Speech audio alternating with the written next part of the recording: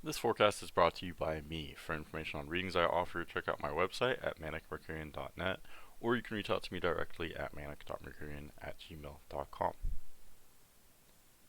Welcome to your astrological forecast for the week of Monday, January 2nd through Sunday, January 8th, 2023. This is the first full week of the new year, so Happy New Year, everyone. I think that's very exciting, but it's also kind of bleakish, I think, this time of year. That is the nature of Capricorn. We're after the holidays now, but we still have so much of winter to go through before we experience what is truly the new year that comes in Aries with the spring equinox and the light fully returning and making a comeback, becoming dominant once again, bringing back that dominance of light and heat. So we're still multiple months away from that moment. So really we're still in the depths of winter. We have much of winter to cover still.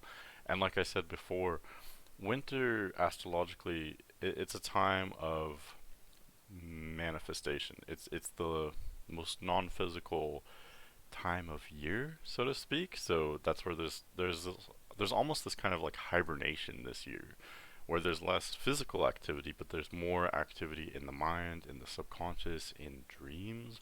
We're sort of planning and waiting and envisioning what we intend to create with this new cycle that has not yet actually begun, if that makes sense.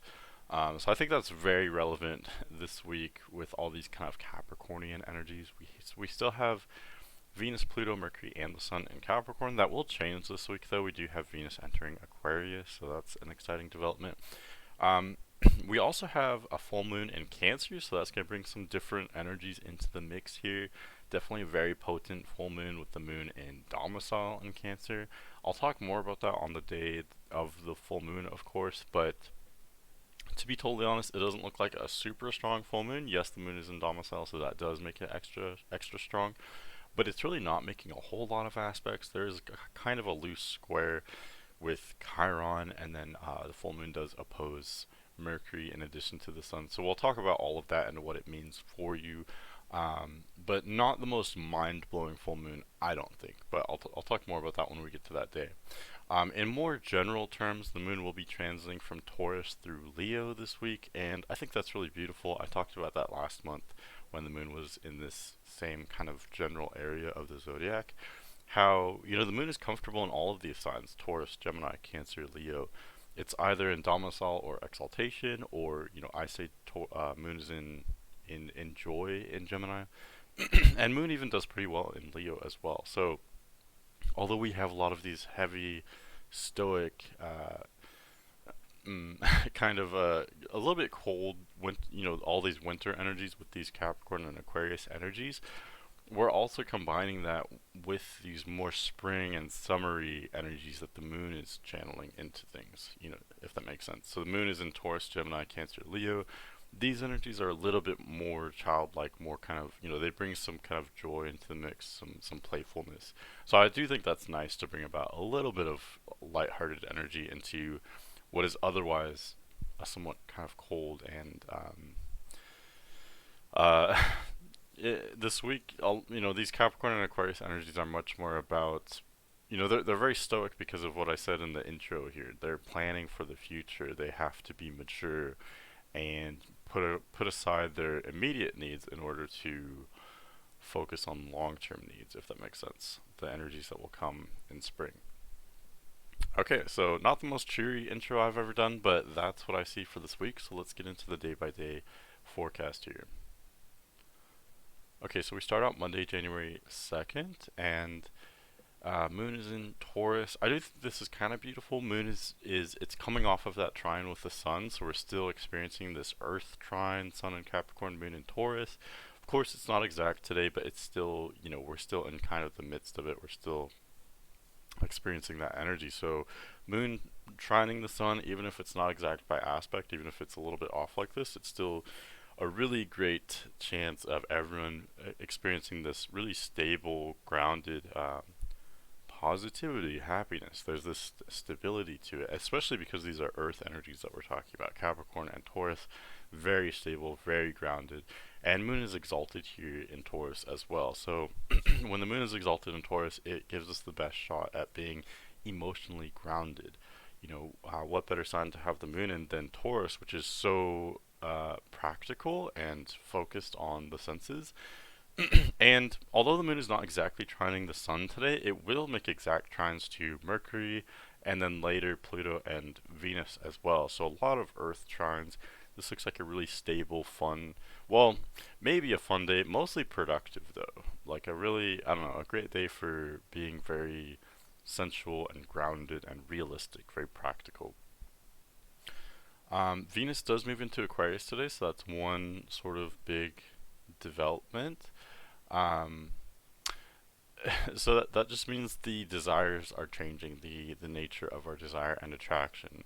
It's still very goal oriented. Both Capricorn and Aquarius are ruled by Saturn. So either way, all day today, even after Venus changes signs, it's still ruled by Saturn. So our desires are still maybe very realistic, very stoic, very much focused on the long term.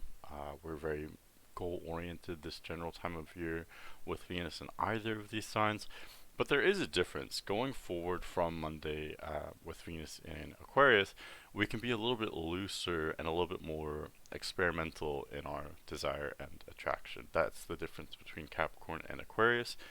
Both are pretty traditional, but Aquarius has this double-sided nature to it where it's simultaneously traditional and radical.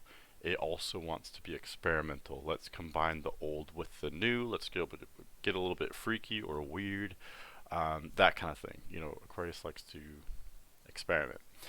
So with Venus and Aquarius, that's what we're wanting. That's what we're desiring at this time. We're desiring to still be part of the group, part of a tribe, part of some kind of structure, but also to integrate some kind of deviation from that group at the same time or from that societal norm. Does that make sense? I hope that makes sense. This is also abstract, but this is how I see it though.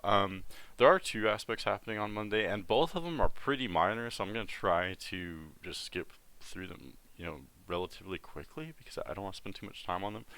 Mercury will sextile Neptune. This is a very interesting aspect, but it's not the most potent one. Sextiles are, I don't want to say weak necessarily, but they're sort of kind of a background energy. They're kind of fleeting.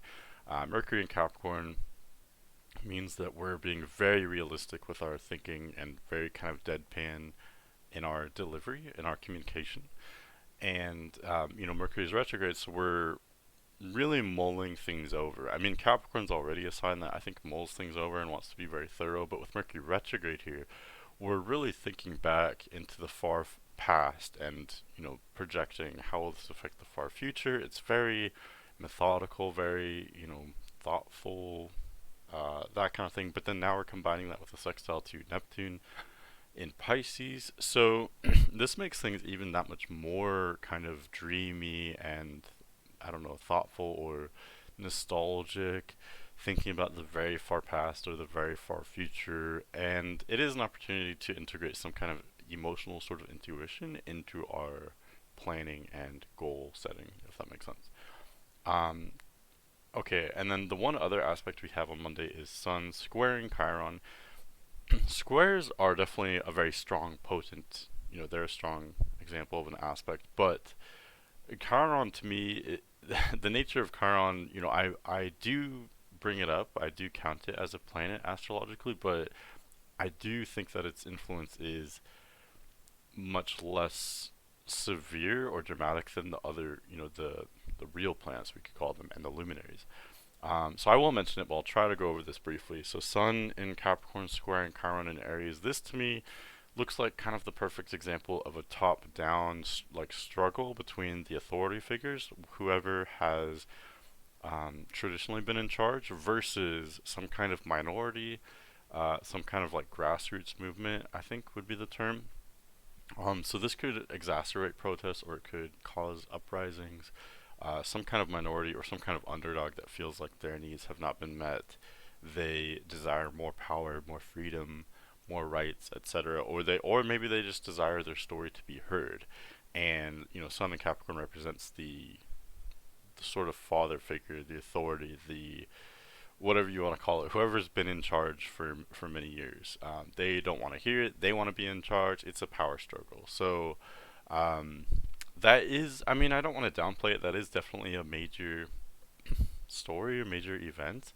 I think it just this will mostly apply to those people, organizations, countries, etc., that have major placements around 11, 12 degrees of of the cardinal signs Aries, Capricorn, Libra, and Cancer, especially Aries and Capricorn though. Okay, going forward to Tuesday, January 3rd. So Moon leaves Taurus and enters Gemini very close to midnight on Monday night. So, and this is Eastern Standard Time, of course, where I base my time zone off of for my readings like this. So I'm just gonna, my approach to this is just saying Monday we basically have Moon in Taurus all day. Tuesday we basically have Moon in Gemini all day. So this is a major shift, of course. This means that things kind of lighten up a little bit. We're getting more air energies. First we had Venus entering Aquarius on Monday. Now we have Moon in Gemini for Tuesday. So there's still definitely a heavy Saturnian and Capricorn influence. A lot of maybe seriousness, being very aware of constraints, how our resources are allocated, very aware of time limits and goals and all that. But now we're also adding a little bit of spontaneity, a little bit of freedom to be kind of weird or wacky, to explore or experiment. That's what Aquarius and especially Gemini are all about. Moon in Gemini is a very playful energy. That's why Moon is in joy in Gemini. Moon will cross over Mars today, but so that does add a little bit of, I don't know, edginess, irritability. But we have to keep in mind Mars is retrograde, so it's like that meme I shared where it's almost like there's this edginess, but none of it is acted upon. It's so bizarre having Mars retrograde because Mars is typically such an outward energy, but then putting that inward, since it's retrograde, means that none of it is really expressed. This typically action oriented energy is now not so action oriented. So maybe there's some irritability or some stress, but none of it is fully expressed. It's all kind of in our minds, which to me, I don't know, I feel like that is almost worse to have to keep that inside, sort of. But this will just be very brief. It's more of like a kind of nervous energy that we experience midday Eastern Standard Time. Before that, in the very early morning on Tuesday, Moon will it will technically still be trining Venus, as they are both at the beginning of their respective air signs. This happens very, very early Eastern Standard Time, almost just after midnight. But that is a very beautiful aspect. Both the Moon and Venus are very feminine energies, very nurturing, very kind of soft, and they they promote us in being attuned to the kind of the subtle, or the whatever requires some attention to detail, especially because Moon is in Gemini as well. So that's kind of a very soft, pleasant energy that we begin Tuesday with before we get into this kind of nervousness as as Moon passes Mars about midday. Alright, and that's what I have for Tuesday. So going to Wednesday, January 4th, Moon continues through Gemini. Again, this is really kind of fun energy. I say it's one of the best, or let's say easiest signs for the Moon to be in. Taurus, Gemini, Cancer, this whole quadrant is really easy to have the Moon in. In this whole general area, we don't experience a whole lot of super dark or difficult emotions, generally speaking. It's more kind of playful, fun, light, especially with Moon and Gemini. For Wednesday specifically, we do have one aspect. Venus, as it's around 1 degree Aquarius in the first part of the day, Eastern Standard Time, and it will make a sextile to Jupiter at 1 degree Aries. Now, this is, of course, another sextile, so they are kind of fleeting aspects. However, this one is particularly beautiful because Venus and Jupiter are the two main benefics of our solar system. They, more than any other body in the solar system, represent energies and themes that are the easiest for us to work with. Energies revolving around abundance, and pleasure, and with Jupiter, there's this kind of nature of exploration with this abundance. So this does look really great, and this does have some kind of nice implications for finances, the economy, stock market, things like that. Because these planets represent abundance more than anything else, they do correlate a lot to money, kind of. Literally our abundance, our stocks and such, our investments. Of course, there are other planets that represent different sides of money as well, but yeah, Venus and Jupiter, they're in alignment, they're in agreement, you could say.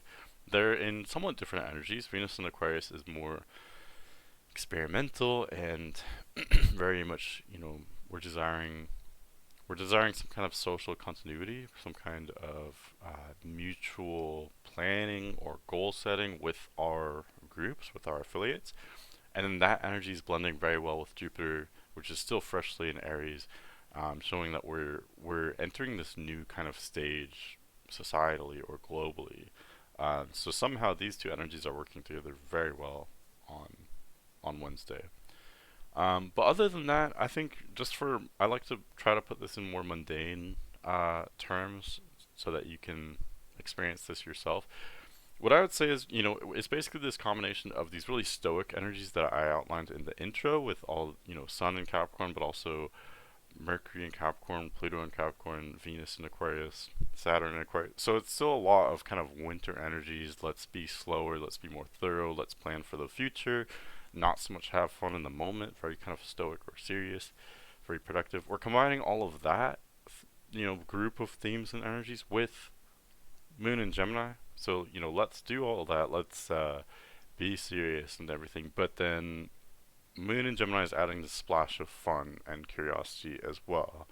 So there's almost a contradiction, I think.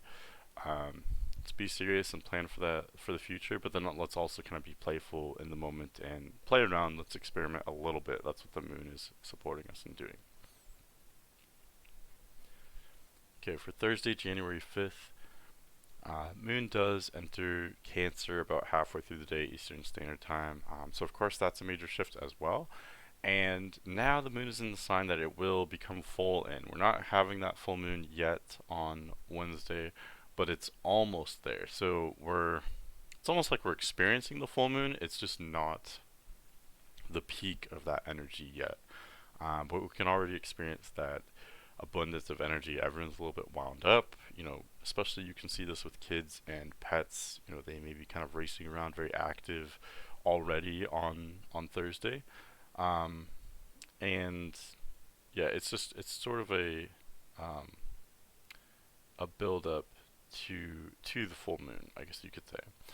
Um, okay, and then right, so this is also very potent for sure because moon is in domicile in Cancer. So moon, which represents how we are feeling emotionally, now it's in Cancer, which is the sign that represents emotion. So we're all very emotional. We're all very aware of our feelings. This can be very powerful because it can make us a little bit more decisive. You know how you feel. You know your story. This is very personal, very subjective. You know your boundaries. You know your limits. You know your intentions.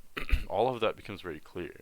I think people who are born with this placement with Moon and Cancer, it's almost weird to them that everyone else doesn't share this level of emotional intelligence. They don't understand how everyone else can be so indecisive, if that makes sense.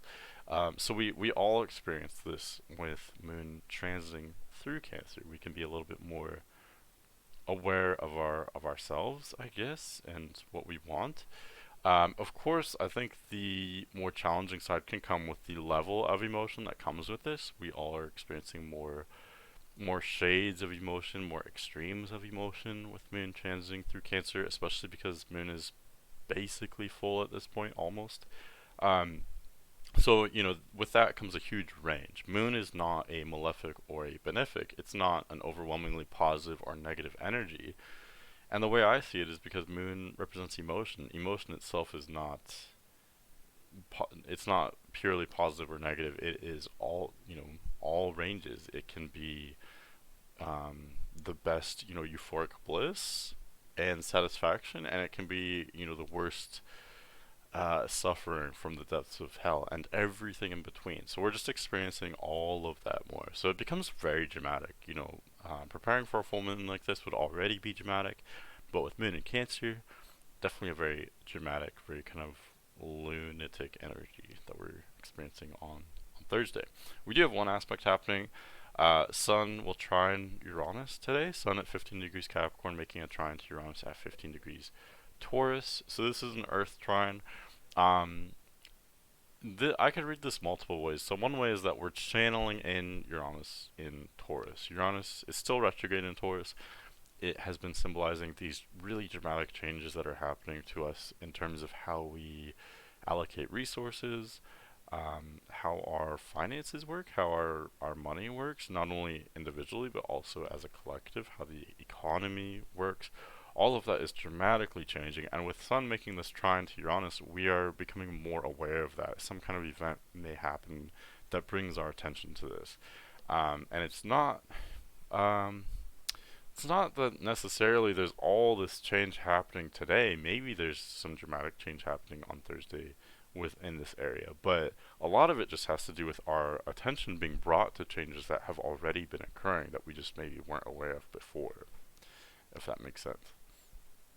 Um, there could also be a lot of change here in regard to not only finances and money, things like that, but all of those changes are spilling over and affecting the whole structure of our lives, of our society. A lot of that does have to do with the economy, but a lot of that has to do with how power works as well, the authority figures, how governments work, how laws, rules, regulations, power of businesses as well, different amounts of power that all types of authority figures have. All of that can be fluctuating kind of dramatically today. In general, this is a trine, so it is generally favorable. Those of you with major placements around halfway through Capricorn, around 15 degrees, may experience revelations and epiphanies. Um, and for the rest of us as well, we can experience a lesser degree of that too. But it's mainly having to do with how power is distributed and how wealth or resources are distributed, or how those things kind of work, if that makes sense. Okay, going forward to Friday, January 6th. So today's the big day, the day of the Cancer full moon. It will happen at 16 degrees Cancer, so Sun at 16 degrees Capricorn, being opposed by Moon at 16 degrees Cancer. And really, that's how I see it. When we talk about the full moon, of course, the spotlight is on the full moon itself, but what a full moon is a Sun Moon opposition. So it's never just about the moon with full moons or quarter moons or any part of the lunar cycle. It always has to do with the sun as well. All the moon is doing is reflecting the light of the sun. So to me, it has almost just as much to do with the sun as it does the moon, if that makes sense. So Sun at 16 degrees Capricorn, being opposed by Moon at 16 degrees Cancer. I already kind of set up a lot of the themes that are happening for Friday because they started on Thursday. Moon in Cancer, really strong emotion, many more shades of emotion than we may otherwise experience, and more potent emotion as well. Um, that can be a lot to handle. It can be overwhelming, but it can also be exciting. There's every shade, there's every possibility of emotion. And like I talked about for Thursday, for Friday especially, we are very sure of ourselves. We know how we feel, we know what we want, we know our intentions, we know our limits, our boundaries, um, what's okay, what's not okay. There's this, on the one hand, I think Moon in Cancer complicates things, but on the other hand, there's also this simplicity, this almost black and white nature that comes with Moon in Cancer as well. And all of that is just that much more dramatic and theatrical because this is a full moon that we're talking about. So definitely, this will definitely make for a very interesting day. I think especially because it's a Friday anyway, people tend to be more riled up for Friday. So adding a full moon in Cancer to that, there may be a lot of karmic events, people meeting each other, or things lining up in a certain way, certain opportunities coming along, and also maybe some accidents or trouble as well. You really get a full range, not only with full moons in general, but especially with the full moon in Cancer like this. One of the shared, well, some of the shared themes of both Sun and Capricorn as well as Moon and Cancer are tradition, like family values. These are kind of conservative signs. They want to go back to the roots. Let's not be too experimental, let's not explore whatever is new. Let's just stick with what we already know, if that makes sense. So these energies, they want to really bring it in. They want to stay with their tribe. Who do they know already? Who are already close friends or family? Um, Typically with full moons, we want to go out, we want to party, and this will apply to this full moon as well to some extent. Cancer energies do definitely love meeting new people. They want to connect with people. I really think instead of having the crab represent Cancer, I think a dog would almost be a more accurate representation because Cancer energies are kind of like dog energies. They want to just run around and be happy and meet people. Of course, you can have some dogs that have been mistreated and are very defensive as well, and you see that with Cancer too. But for the most part, if things are going well, they want to run around and meet everybody. You know what I mean? So there is that side of Cancer, but then there's also the side of Cancer that is defensive, maybe more like a crab. It wants to keep things in. Um, if I don't know you, I don't want to know about you. I want to just stick with what I already know to be true. Cancer loves sticking with the familiar. That's comfortable. It's safe. It's emotionally secure. So that was a little bit rambly, but that's kind of how I see this full moon. When we look at the aspects this is making, the full moon, well, obviously it opposes the sun. That's what a full moon is. I kind of talked about that already. Other than that, though, the full moon does oppose Mercury. It's off by 2 degrees, so that's pretty close. Um, this has to do with, the sun and Mercury are about to conjoin. That will happen next week, I believe. No, I'm wrong. That will actually happen tomorrow on Saturday. So Sun and Mercury are approaching each other. They're about to make this conjunction. They don't quite make it yet on Friday, but Moon is within orb of this opposition to Mercury. So I think this just makes the full moon a little bit stronger, more potent. It's an opposition between not only the Sun representing the ego, but also Mercury representing the mind, and the Moon, which represents the emotions. So it's this clash, this opposition. The main aspect, though, that I think is the most interesting is this square between the full moon at 16 degrees Cancer, squaring Chiron, which is at 12 degrees Aries. It is 4 degrees off, so it's not exact, and Chiron, like I said earlier, is not super strong. It's definitely strong enough for us to see its effects, but it's not as dominant as most of these other planets. But in general, this is almost sparking up that flame again, that flame that started with the sun squaring Chiron. Now, this is exacerbated by the moon making this not quite exact square to Chiron, but it's almost a loose kind of T square. Sun at 16 degrees Capricorn, Chiron at 12 degrees Aries, moon at 16 degrees Cancer. So this can kind of rile things up, especially with protests or in more personal terms, it could have to do with people, really wanting to be heard. And when we're adding that into the themes we already have with full moon in Cancer, I think this dynamic will make people very defensive.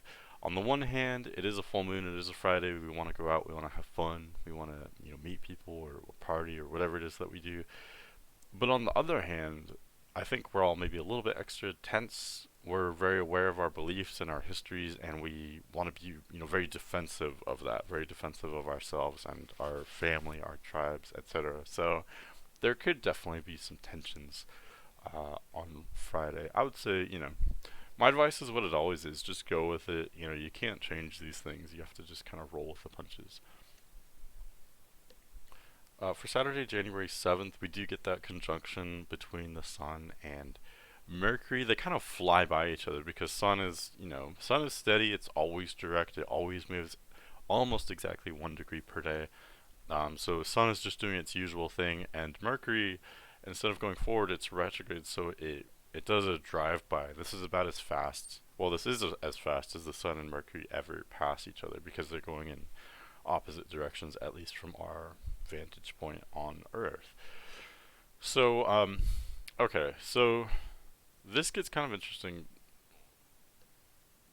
you would think that Mercury conjunct the Sun would make the mental energy very strong, and in some ways it does. But you have to keep in mind when planets conjoin the Sun, they are kind of burned out by it. You can't see them at all because they are completely blocked out by the Sun's light.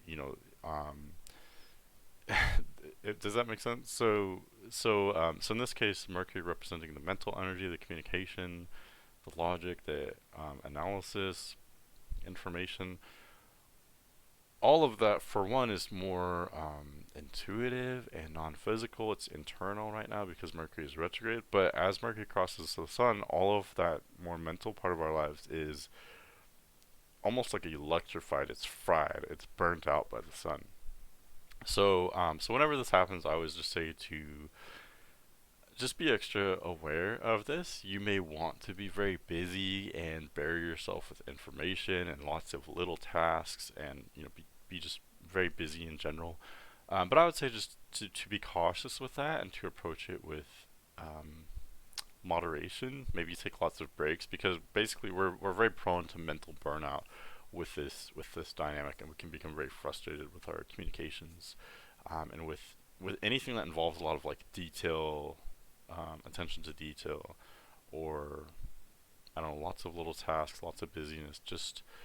Just take it slow, be kind of gradual. Mercury retrograde supports us in being gradual or thorough, very slow, and yeah, mental burnout is prevalent. So just give yourself a break, drink lots of water, get lots of rest if you can. That would be my advice for Saturday. Also, moon is still in Cancer. I do want to just give that a quick shout out. So, full moon is technically Friday, but we're still definitely feeling it Saturday for sure. It's not as acute as it was on Friday, but sun and moon are still in their same signs. You can see midday Saturday Eastern Standard Time moon is still only 8 degrees away from opposing the sun, and I do give lunar aspects a wide orb. In other words, this is still an opposition between the moon and the sun. It's If you see the moon today, it'll still look pretty darn full. We're still feeling the full moon. It's just kind of the last part of it. So still being a little bit wound up, very defensive, very emotional, emotionally intelligent, emotionally aware, but also emotional. Maybe there could be emotional outbursts or a lot of defensiveness still going into Saturday as well. Um, Also, a lot of increased intuition though too with this strong moon, lunar Cancer type of energy. Okay, and then lastly for Sunday, January 8th, moon. This is another one of those things where moon leaves Cancer very late on Saturday, right around midnight. Of course, that will depend on where your time zone is, but Eastern Standard Time, moon is basically in Cancer all day Saturday, and then it's basically in Leo all day Sunday. So of course that's a big shift. It brings us a little bit farther away from that full moon. Moon is beginning to lose light at this point, so um, so we're coming off of that high. We're starting to come down and mellow out a little bit from that full moon. Yes, moon is in Leo, so that is a rambunctious kind of fiery energy, but it's also very fun. It does kind of clash with these kind of Capricorn and Aquarius energies, and you can see halfway through the day, Eastern Standard Time, moon makes an exact opposition to Venus, which is at 7 degrees Aquarius. So yeah, it's just this kind of combination of what I call winter energies. Let's plan, let's think about the future, let's be a little bit stoic or serious, goal oriented, Capricorn, Aquarius, and then we're mixing that with Moon and Leo. Let's have fun in the moment. Let's express ourselves. Let's be kind of proud and fiery and passionate. So, although this can be difficult to manage all of this, it's one of those things where if you do find a really nice balance, it can be very, very strong because you are planning for the future, but in a way that is fueled by passion from the moment at the same time. Or to flip that around, you're being passionate and spontaneous, but in a way that's congruent with future plans or holistic thinking, being aware of what's beyond just the immediate moment, something that Leo sometimes struggles with, but Capricorn and Aquarius do naturally very well. Does that make sense? So it can drive you crazy trying to balance these completely different energies like this, but if you can do it, it's very, very powerful, very strong. One aspect for Sunday, so we do have Mercury at 15 degrees Capricorn, trining Uranus at 15 degrees Taurus, and both of these planets are retrograde. This is kind of interesting because we already experienced Mercury trining Uranus just a week or two ago, um, when it was direct, and then now Mercury's retrograde, it's making that same exact aspect. So there was something that you already had some kind of epiphany with. This could have especially had to do with physical resources, the structure of your life. So, what, rules, regulations, time, energy, money, whatever your constraints are. You may have had some kind of epiphany. Oh, I could do this differently, or I could manage this better, or I haven't been taking advantage of blank. That kind of thing. Um, that's how it would apply to all of us in general. But of course, like I always say, look to your own chart. Where does 15 degrees Capricorn fall in your chart? Where does 15 degrees Taurus fall in your chart? Because those are the points you can look to see where these epiphanies may come to you. These streaks of intuition, these realizations, these groundbreaking new kind of revelations, they may come to us in different ways. If you, like, for example, if you have sun or rising right around 15 degrees of any earth sign, your whole approach to everything, your energy, your identity is dramatically shifting on Sunday. Or, whatever it is. If you're, I don't want to list off all the positions, but hopefully you get an idea of how you can see how that would affect you personally. But otherwise for Sunday, yeah, Moon is continuing through Leo. I think I pretty much covered it. So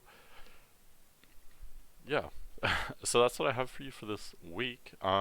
Stay tuned next week. Mars finally turns direct after so long. I feel like for so many months Mars has been retrograde, and honestly, I'm kind of over it. So I'm excited for Mars to be direct. It turns direct at 8 degrees Gemini, so that's exciting. And then we do get a third quarter moon in Libra, which I think is going to be kind of wild because third quarter moons shift everything. They represent a crisis in consciousness. And when you put that in Libra, which is already kind of a crisis in consciousness in itself, so contemplative and so, overthinking everything, I do think that's potentially very interesting. So thank you for watching, and I'll talk to you next week.